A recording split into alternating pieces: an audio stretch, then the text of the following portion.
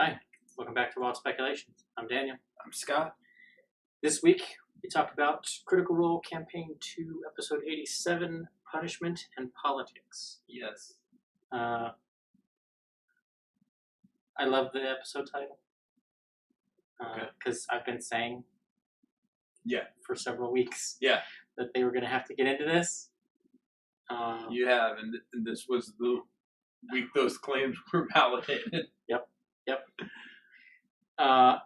And, you know, right off the bat, we're in initiative. Yep.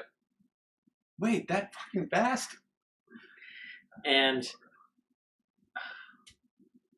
so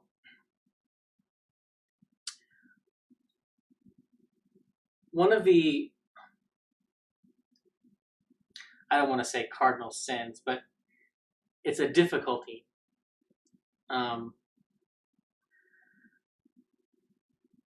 When you're trying to time endings and stuff to end in the middle of a fight is problematic. Yeah. And they didn't end in the middle of the fight in the true sense. There was a they won this fight. They did in the Dragon Ball Z sense. Yes. Oban went Super Saiyan, super punished, and they came back next week. Yeah.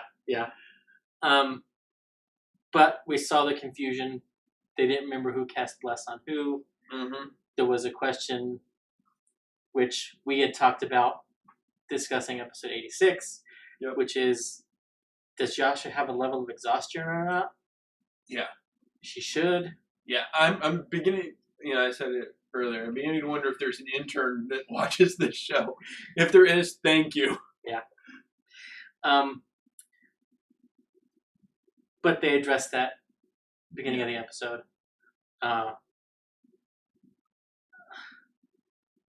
So Matt basically wrote it off as, okay, it ended after last round. Yeah. And rolled randomly basically to determine who had bless and who didn't. Which is fair enough. And it quickly went away anyway. Due to concentration, so. Yeah. I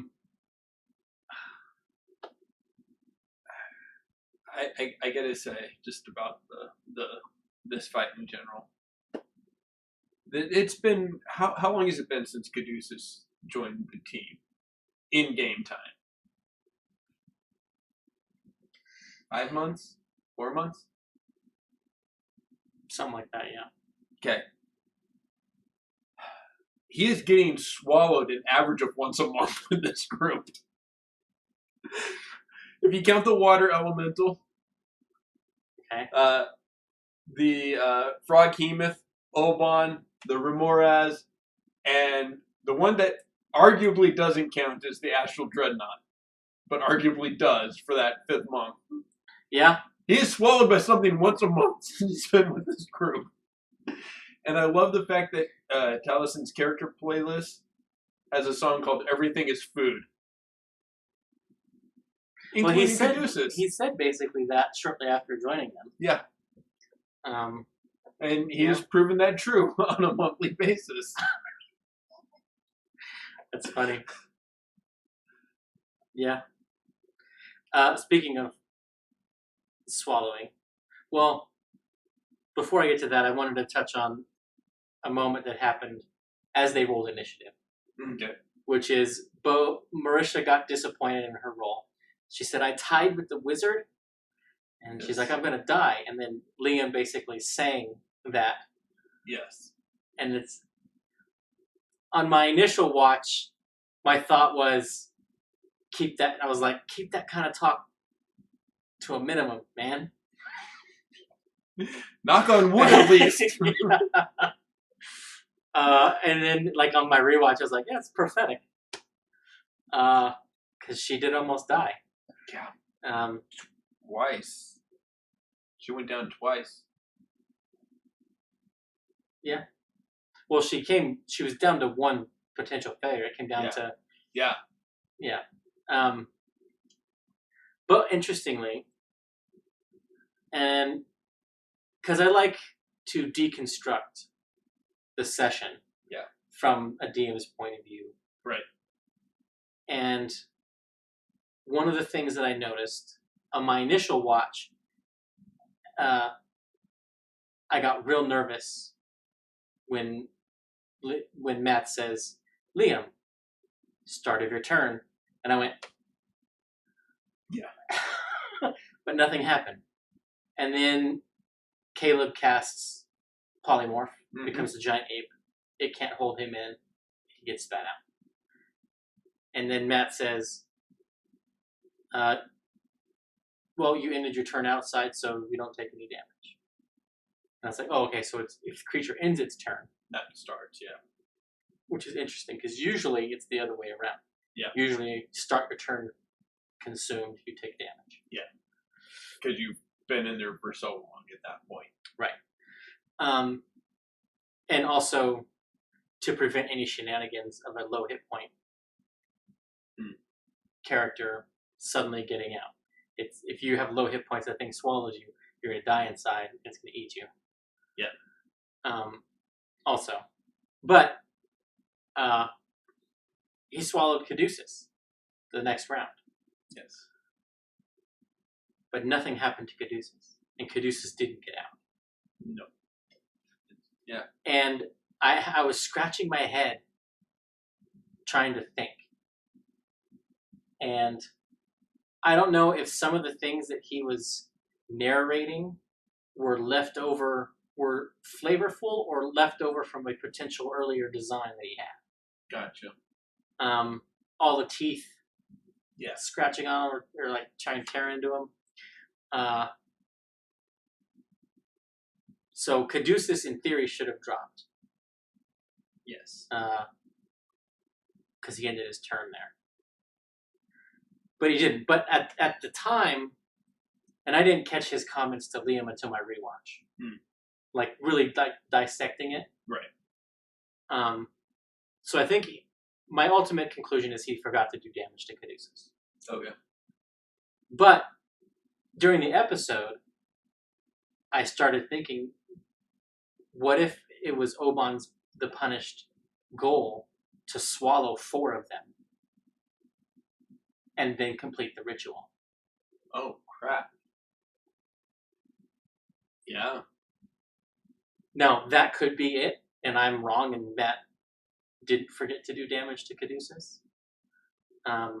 And then I thought, well, maybe it was a death mechanic. That if he died with somebody in his stomach, they took a bunch of damage, and it healed Oban. But that didn't happen when the Cadogeist killed him. Correct. So, yes. Yeah. The first ever, how do I want to do this? Yeah. And he was... By the inevitable friend. He seemed upset about that, and I can kind of understand why. Yeah. I don't know if he was... I don't know if he was upset per se, but he was kind of... It's kind of more like, I'd really rather you guys do it. You know, I want to give you guys that moment. Yeah. Well, especially because... So, when I first was... on Thursday night when I was watching it live, and the Cadogeist turned around, I was like, oh, that stops the TPK. Mm-hmm. But then on my rewatch, that stopped the TPK. Mm-hmm. And Matt knew it. Yeah. And it was the GM throwing them a lifeline, yeah. not the Cadogeist turning around. Because on my rewatch, I was trying to think, I was watching and I was like, why does the Cadogeist do this? Because Caduceus failed his role. Yeah. When he was asking for help. I mean, there was talk from Laura pointing out that, hey, she was a slave to Oban as well. Maybe she could want payback. But if that had been the case, she wouldn't have left initially. Although the out for Matt in this situation is he narrated her leaving based upon her seeing, oh, you have this. Well, there was that, and I mean, she goes upstairs. There's all these righteous brand and government people killing demons. Oh, fuck. Well, she didn't have to go upstairs, though. It's true. But, I mean, that's the way she went. Yeah. And, oh, fuck. I had a better chance going on down there. Yeah, but she didn't get all the way upstairs. She could have gotten far enough to have sensed what's going on up there. Heard and or maybe seen something. Yeah, but, I mean, I don't know. But, so we've talked about this, that I watch in a browser on my computer, and you watch on the tab. And as soon as they rolled initiative, I went over to the hit point. Okay. Info bar, the D&D Beyond info bar. Right. And I looked, scanned, and I went, this is a Not and Yasha fight. Like, tonight is going to be a Not and Yasha, throwdown. Was in my head. Okay. Because I was just looking at it, and the players knew it too. Yeah. 1, 2 hits, they're going to be down and out. Yeah. And I was looking forward to that instance because Not has the damage per round. Yeah. That if Yasha can control Oban, which as a Sentinel she has the best case for, and her damage output's not bad either. Right. I mean, if you can get the Barbarian and the Rogue tag teaming on the monster, on the boss, you got a good chance. Especially when the boss can't do full damage to the Barbarian. Yeah. And because Yasha's ASMR and has resistance to necrotic, and she's raging, so resistance to bashing, slashing, and bludgeoning, or bludgeoning, slashing, and piercing. And radiant, but he doesn't do that. Right. But. So there's really, I mean, we saw how effective the critical was. Yeah. Against Yasha. She ended up taking 9 points from it, which is nothing. Yeah. So really, that was sort of my hope. And Matt sort of gave that to me in that just about every round he attacked Yasha at least once. Yeah. But then he was going after everybody else and dropping him. And then Sam, this is great when the players do this. As things are going on, and the players realize, shit, if it gets its thing back, we are screwed.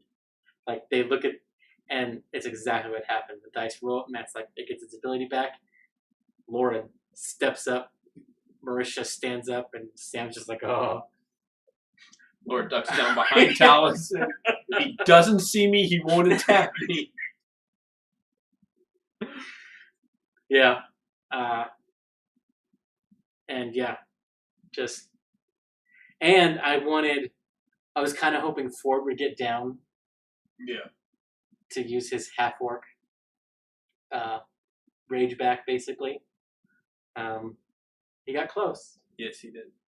But getting back to Matt, not wanting to, how do I want to do this? Yes. And this is something a lot of DMs are guilty of. And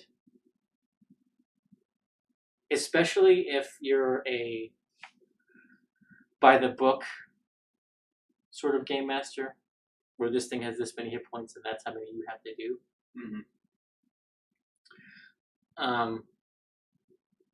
Matt could have ended it before. Yeah. He could have looked at the initiative order. I think he had a cleric coming up. She's probably not going to attack because you've got somebody dying.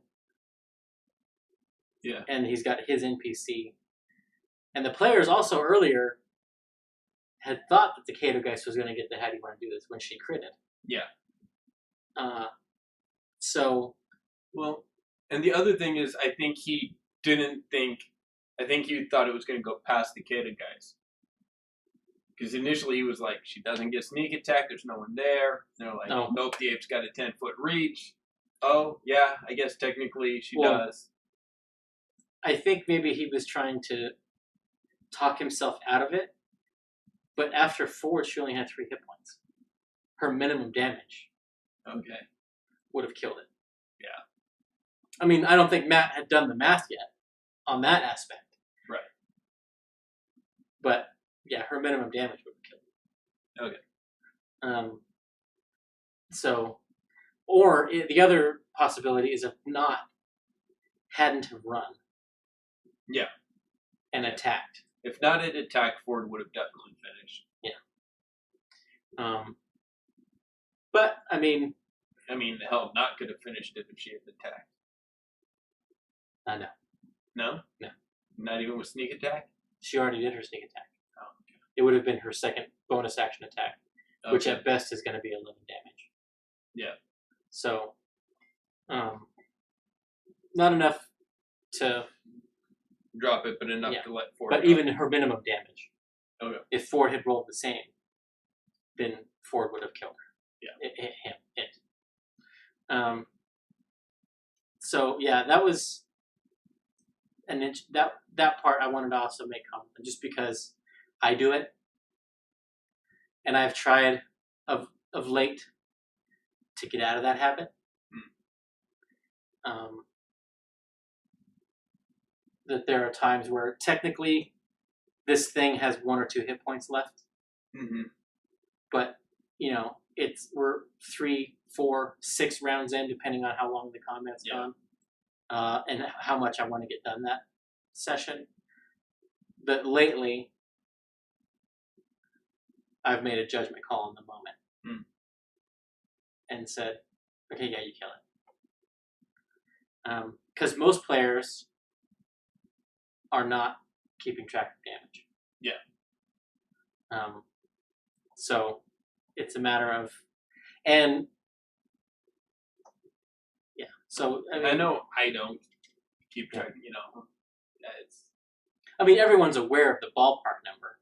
Yeah. Just because you can go, well, you did 20, you did 10, you did 13, you did 30. Yeah. And or around that, and you can sort of do the round numbers. Right. Yeah. I do that to a degree, but it takes me too much out of the game world to do that much bookkeeping. Yeah. And I'd rather be in the game world. Yeah.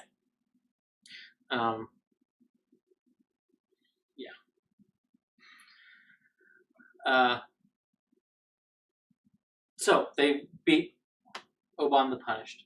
Yes. And let the Kato Geist go. Yes. A strategic correct choice. A tactically correct choice. After she refuses healing and a hug. I know that choice is going to come back and bite them. Yeah. I will be interested for down the line, say 10 or 12 episodes, the next time they are having an interaction with Allura, that she mentions that a Drow assassin killed somebody on the Tal'Dorei Council. Like Keyleth. You think he would do that? Yeah.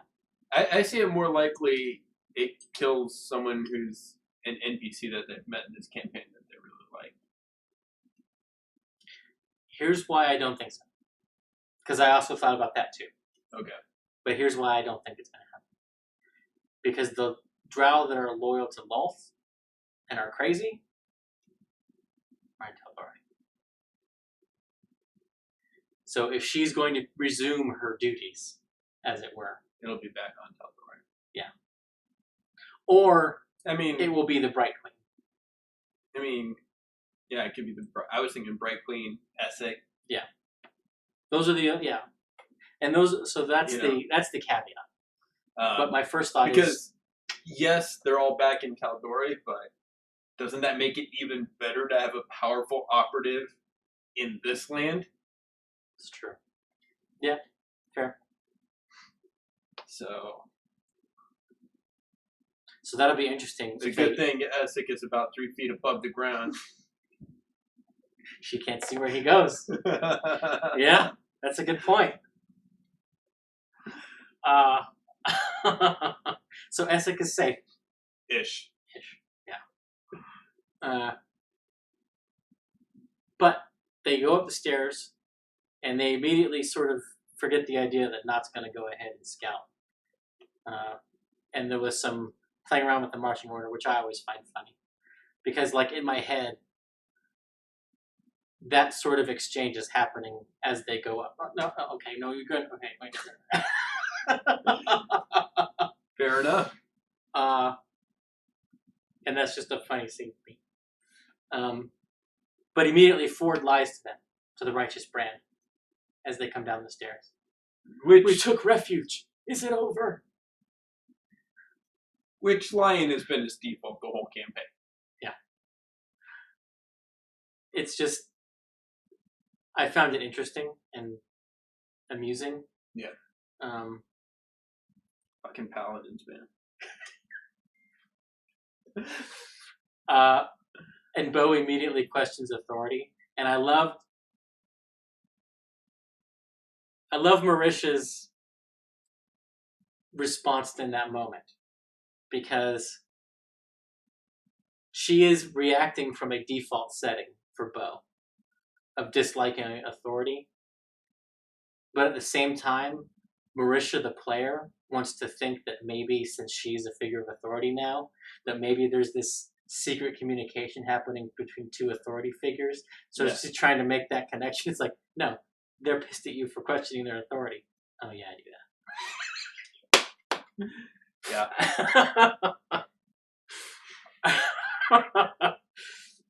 Yeah. And Jester and her inquisiting everybody in the room. Yeah. What god do you follow? What do you think of the Chain of Oblivion? And Jester pens her graffiti on the cultists. Mm-hmm. Which I kind of wonder how the Traveler views that. Yeah. Because on one hand, you don't want your people caught, but on the other, it's not a big... You just allied yourself with cultists trying to bring back the Chain of Oblivion. Well, you allied your god with... Yeah. And, I mean, you could argue their broken chain C's for Chaos Crew. I mean, they haven't chosen their symbolism very well. Yeah, no, and we discussed that, it's not the... So the broken chain for Chaos Crew and symbolizing that they're going to take down, because that's how they described it. Like I said, it's like the anger tattoo that says never sink. Yeah. And one of the... Someone asked Marisha that question tonight. On Talk. She's on Talk with Allison. Brian, if you're the intern watching this, ask that question. Well, and they had the comment about the sea anchor, and yeah. But one of the things I loved in the callback, well, it was a callback in that moment, was Sam was previously, as Matt's describing and the interactions are happening, he sort of flips through his notes, and he says, "It was." What happened with the crick attack? And Laura Jester turns to try to almost chide her, and it's, oh no, that was a good idea. And it's like this perfect example of code switching. Yeah. And also in the moment separates her from them and definitely puts her, the goblin, as not allied with them. Yeah. So for me, that was very smart. Yeah, so good.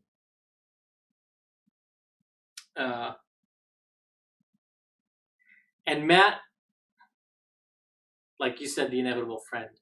because Taliesin said that they beat him with the power of friendship. Yeah. So you kill him with friendship. Yeah. So in a way, it wasn't exactly a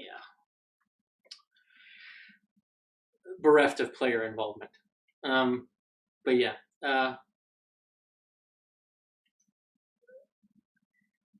Matt saves also Pumat's soul. Yes. And we get a inadvertent or advertent pun of poo muscles. Yes. Love Laura. Never say that again. I like it, but don't ever use it again.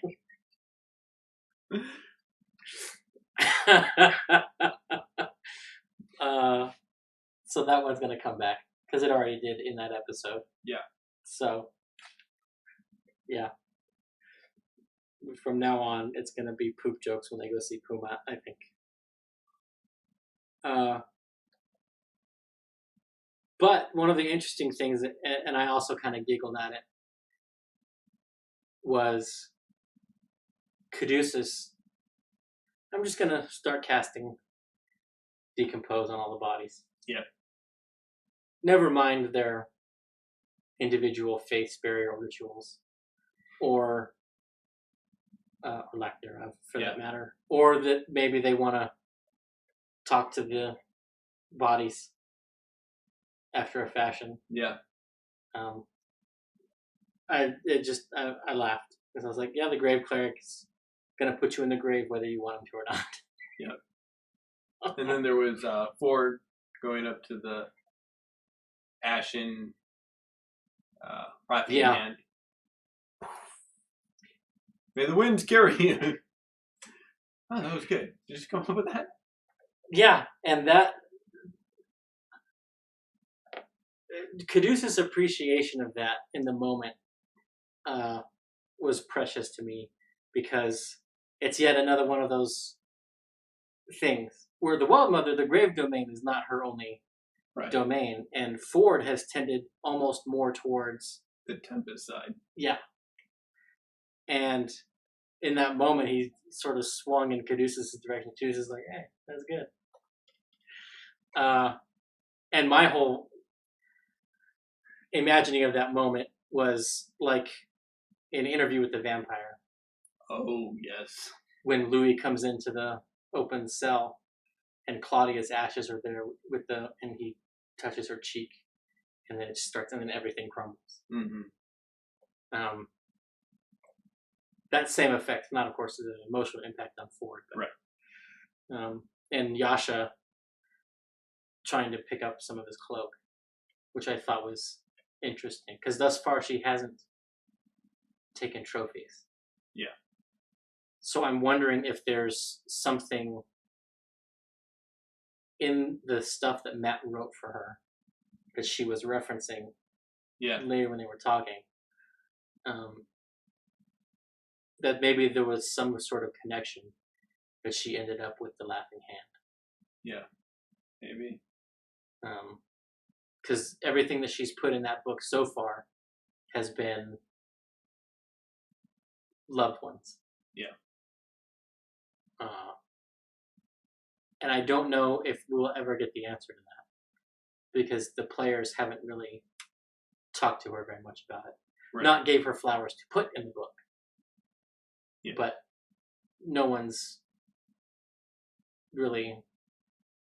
asked her in the moment, at least when they were in the church in the castle.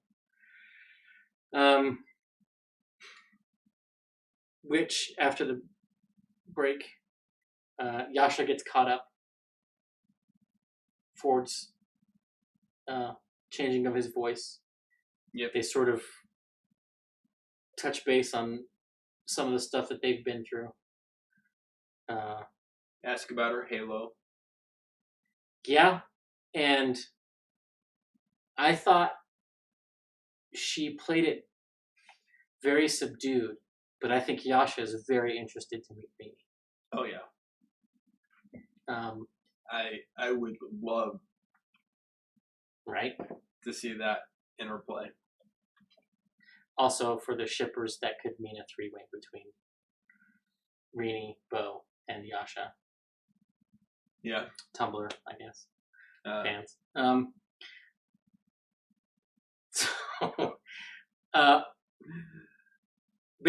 Basically, from the time they get up and they're around all the Empire people, Liam's like, he's narrating how nervous Caleb is. Yeah. And even Liam's like, my hands are sweating. Yeah. Yeah. He was both narrating and acting the part and yes. being experiencing the part. Yeah. So he was experiencing his nightmare. And I think he's going to continue to experience it next episode. We'll get to why I think that. Okay. In our speculations for next episode. Yes. Yeah.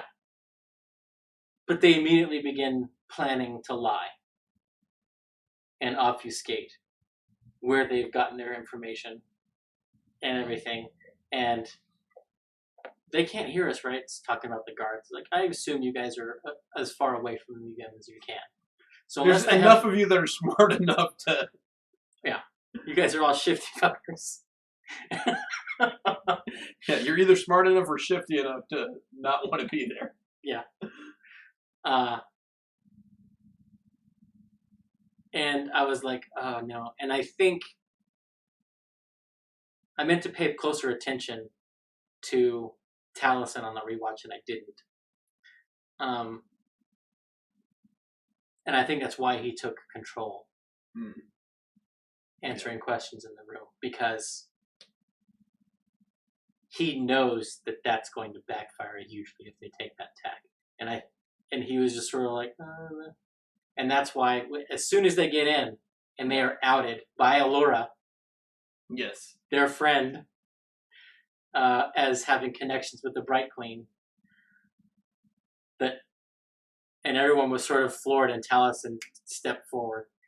Well, yeah, and I mean, in Allura's defense, she doesn't understand the political position they're in. Tal'Dorei's not at war with either of them. Yeah, they are on good terms with both. Yeah, nations. Yeah. So yeah, that was I laughed out loud at that when she's like, yeah, with these people, and the king's response was predictable. Yeah. And I have some speculations for how this might end, based on that meeting. Well, I guess technically not even based on that meeting, which is why it's crazy. But I also loved them when Matt's like, they're going to ask you to leave your weapons. Yeah. And Ford's like, oh shit, okay. I dropped the whip and whatever else, but no sign of the sword. Matt's like, that's right.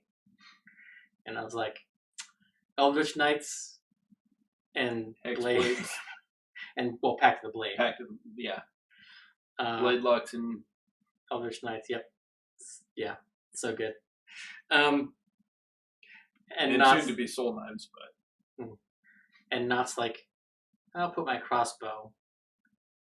Can I hide my pistol? And Matt's like, oh, you have the dagger too. I'm like, oh yeah, that too.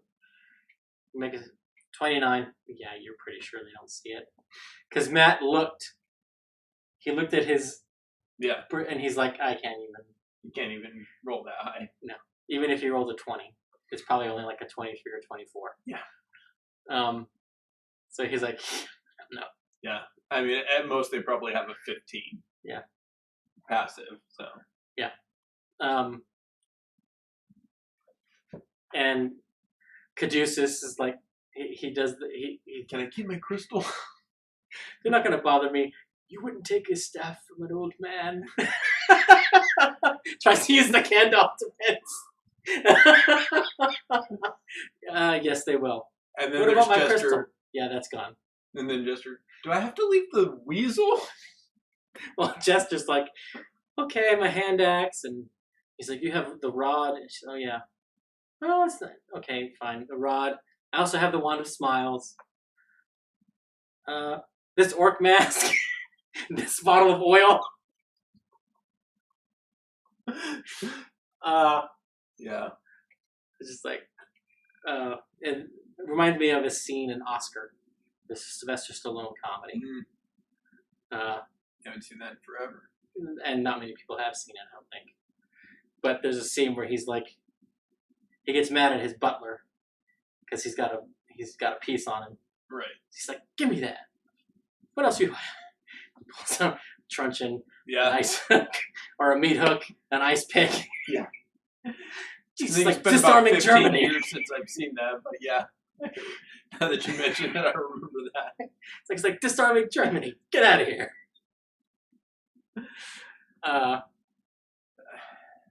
Yeah. Which kind of makes me wonder what the guards were thinking in that room when she put the mask down. Yeah, they're probably like, what the hell does that do? like, wait, is she? And then she puts the wait, is she serious? The fuck is wrong with this kid? And what about my pet weasel? Which Sprinkles lives. Yes. Not included in the all creatures wording of the attack ability.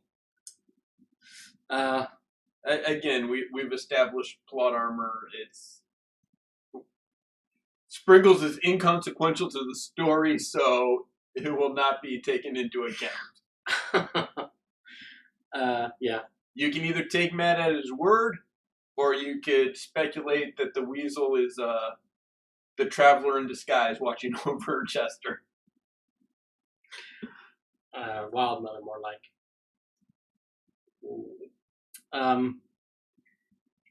But we find out the king does not like Allura. Yes. And if he didn't before, he certainly doesn't now. My guess is Schreiber will prove to be important. Yeah. I don't know if he's loyal.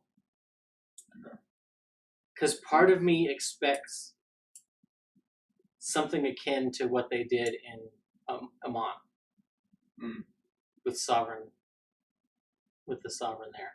Okay. And he was being manipulated. Yeah. Because of the Blood War. Yep. And we have yet to see that yet. Yeah. I could be wrong, but that's just the feeling I have. And Schreiber could be either the Grima Wormtongue or the one who brings it to the Mighty Nine's attention. Yeah. I mean, yeah, there's more than just Vince. Yeah. Because they're like, what, the lackey? Which instantly says someone higher up in the court is, the Sidious to his Dooku. Yeah. Yep. And probably not Ikathon?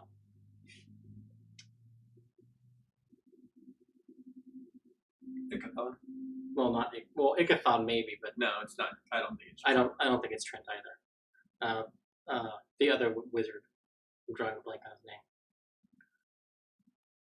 But anyway. Oh, the one whose lackey Vince was. Yeah.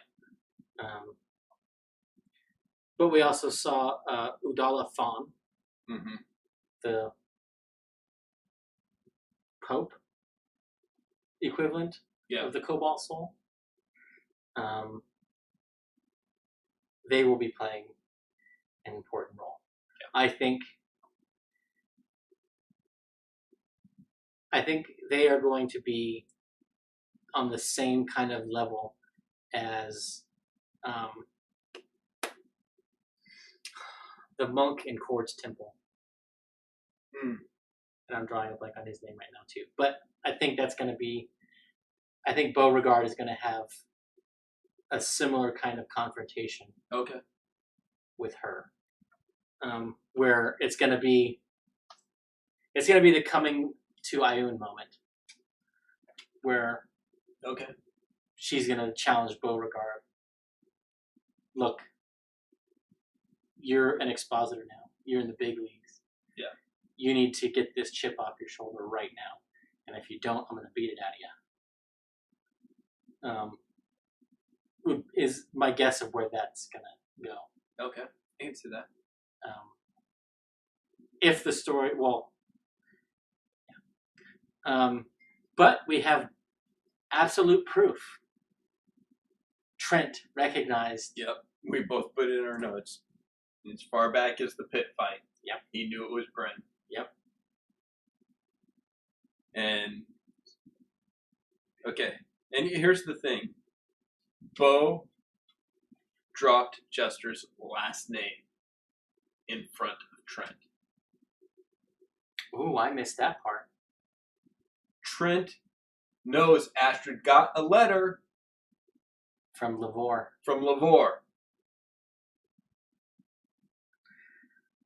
That's why I say Caleb's nightmare will continue. Trent is going to use Astrid. We will meet Astrid next episode.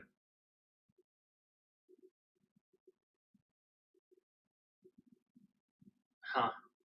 I wouldn't think it'd be that early. I think it will. They're overnight. They're going to meet in the morning about the parlay. Well, here's the thing, though. From Trent's perspective, he can't scuttle this quickly. Like, he can't seek his vengeance right away. No. She's not going to come in as a vengeance thing. She's going to come in, Caleb, how have you been? I've missed you. Oh. Or Bren, how have you been? I've missed you. Play on those emotions. You didn't have to get your friends to lie. Yes. Oh, man. Yeah. Okay, yeah. Yeah, that's what's going to happen. That's my speculation. Yeah. Yeah, I missed the Lavore thing. I caught the fact that she outed her as a cleric. Yeah. Which is going to beg the question, who do you serve? Yeah. So, yeah. Couple of things happen in that meeting that are going to have repercussions down the line. Other than, of course, the world-changing ones. Which is them going and negotiating with the Bright Queen. Now, did you find the oh-so-convenient, oh, we just found it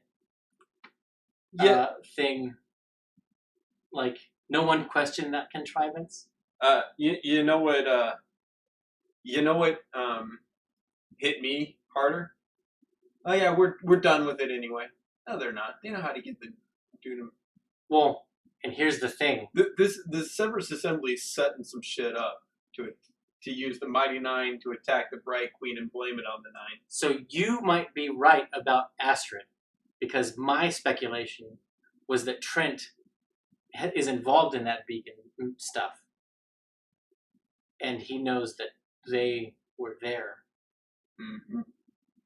He's probably going to have Astrid see if Bran, Caleb, knows Dunamancy. Yep. Because Bran was a talented wizard, a talented mind. He's been behind enemy lines. I know I would look for how to do it. Yep. They must have taken the other beacon. They had it for 2 or 3 months. Yeah. They were there when it went missing. They allied themselves with... Yeah, from Trent's point of view, they had Bryn knows Dunamancy. Yeah. He just needs to confirm it. He just needs to find out how much he knows. Yeah. He in Trent's mind, and the answer is he knows it. 3rd level. Hey, that's a start. Yeah. Yeah. So it's going to be real interesting to see how paranoid Caleb gets now. And what lengths he goes to protect his books. Yeah. Because he also has Haas,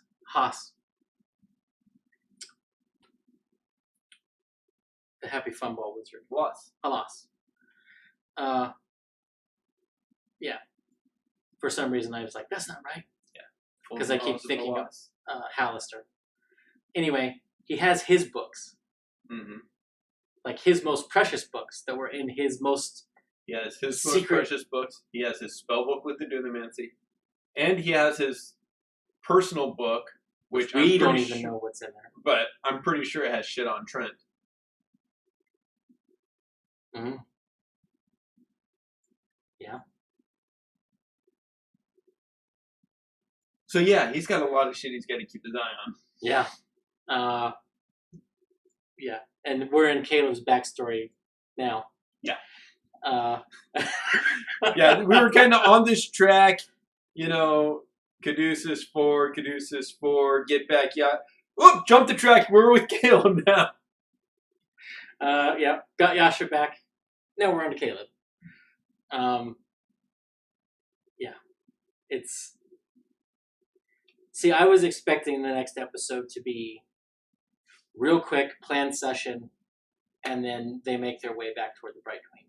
No. But I think you might be right. I think it's going to be...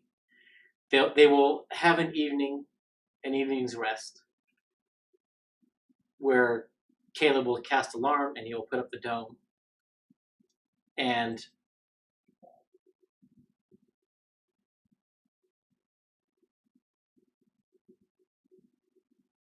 it may come down, depending on how paranoid Caleb is, it may come down to Caleb casts the dome for just himself. Yeah. And he says, no one else can come in.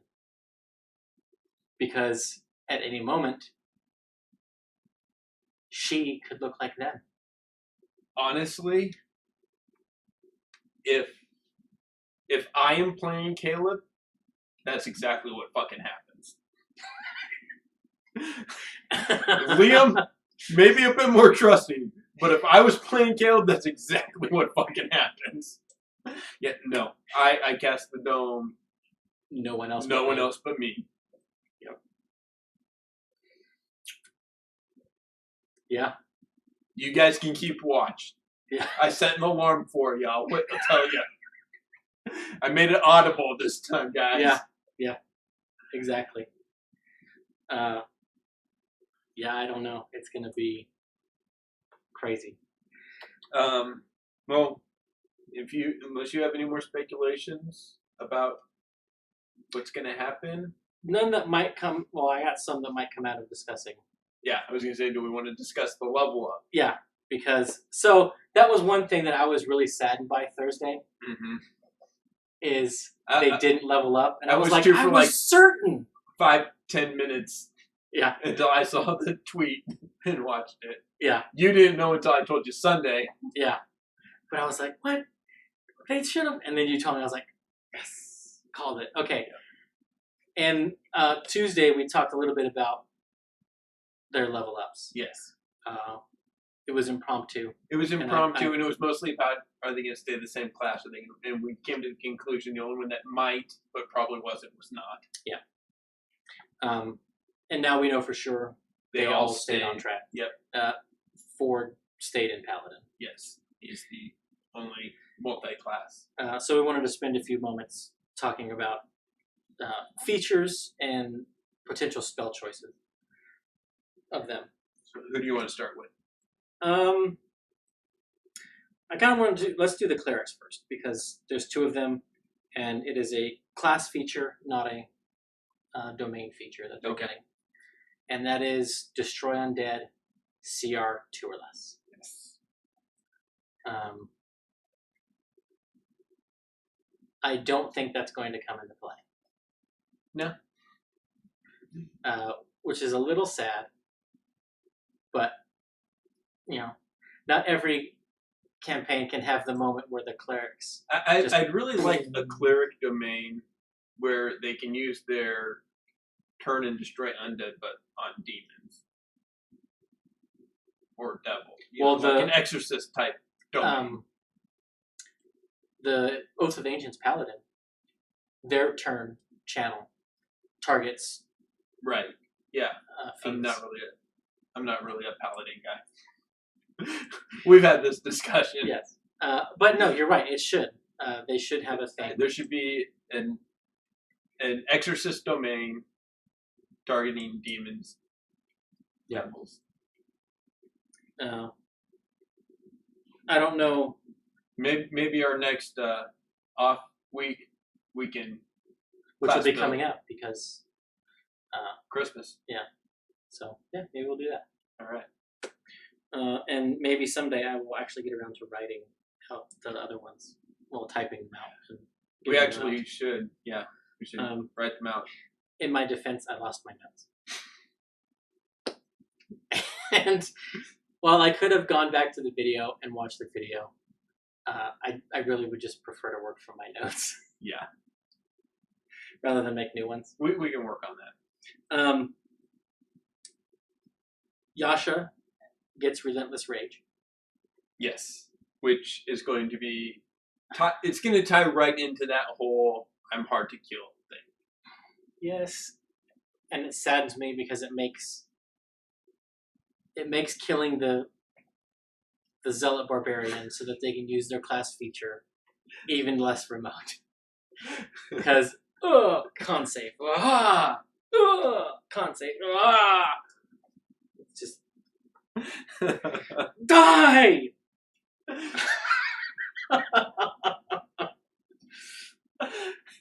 That's going to be in my head every time she drops now. Just, oh! Yep.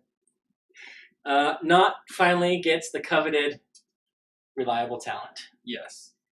And that means her minimum stealth check now Stealth is thieves 23. tools, which means disarming traps, Finding picking traps. locks.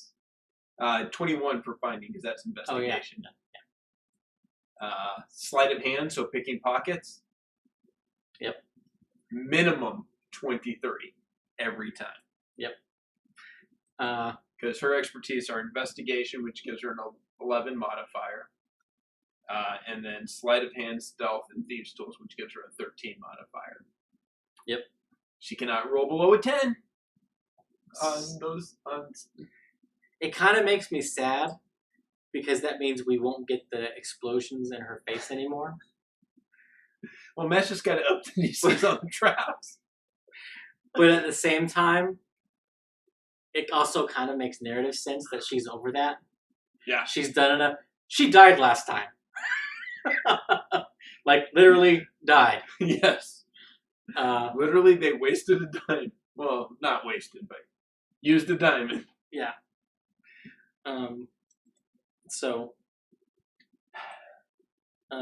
And Bo gets a Cobalt Soul feature. Yep. She can now, once per turn, spend a key point to get an extra reaction if she's used her reaction, which totally amps up Sentinel. Yeah, so powerful. You attack them, bam, I hit you. Oh, she's used her reaction, I can run away. Nope, bam, I hit you. Yeah. Attack twice, bam, bam. Or, yeah, they're using 2 attacks to attack, say, 4. Yeah. Sentinel attack, bang. Well, she can't do it again. Key point, bang. Yeah. Yeah, it's... And the feature that she hasn't used a lot, which is they miss you with an attack. Yeah. It requires a miss, right? Yeah, it requires, they miss you, Use spend your your reaction. point, key point, punch them. They try to run away because that totally backfired. You punch them, they spend another key point, punch them again. Yeah. Yeah. And you said she gets a new skill? Yes, she And a will new also language? get a skill chosen from between Arcana, History, Religion, and Nature, I believe. And she already had history. Right. Because she got 1 at 3rd. She gets 1 now, and she'll get 1 at 17th. And each time she gets a new language as well. Which we both agreed it's probably going to be Abyssal. It's Abyssal this time. It's gotta be. It's got to be. She's been spending time with books. She's been seeing it. She's been hearing it. Yeah. I'm picking up Abyssal. Yeah. And it's the best language to learn to fight the Chained Oblivion. Yeah. So, yeah, for sure. And I think her skill choice will probably be Religion. Yeah. Because that's what Caleb and Not have Arcana covered. Yeah. And I don't think Jester has it. And Caduceus has it, but his modifiers. Yeah, she's got gonna be, unless Caleb has it, which I'm pretty sure he I don't doesn't. think he does. She's gonna be the best one because Yeah. I think she's the second smartest. Maybe Now she is. She has the headband of intellect. Her Oh, yeah. intelligence is 19 now. That's right. So yeah, she's the second smartest. So that's a +4, +4. So that's an 8. Yeah. On religion. Yep. Yeah. So yeah, I think that's what she ends up taking. Ford, big level for him. Big level. First of all, fighting style. Yep. What do you think he's going to take? This is a tough one. So he has the choice of defense or defensive, dueling, great weapon fighting, or protection. And one more with the UA. Oh, yeah. I don't think he'll take, but I really want him to. The Divine Warrior fighting style for Paladins, which really it's not really a fighting style. It gives him 2 cleric cantrips. Yeah. He's kind of got fighting down, especially with Hexblade's Curse. I'd like to see him take that because he doesn't have a lot in the spells.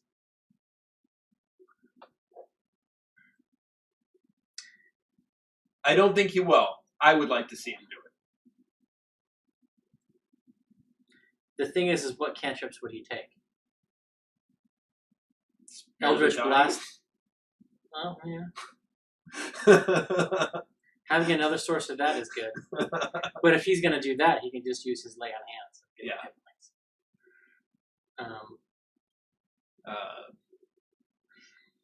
Toll the Dead.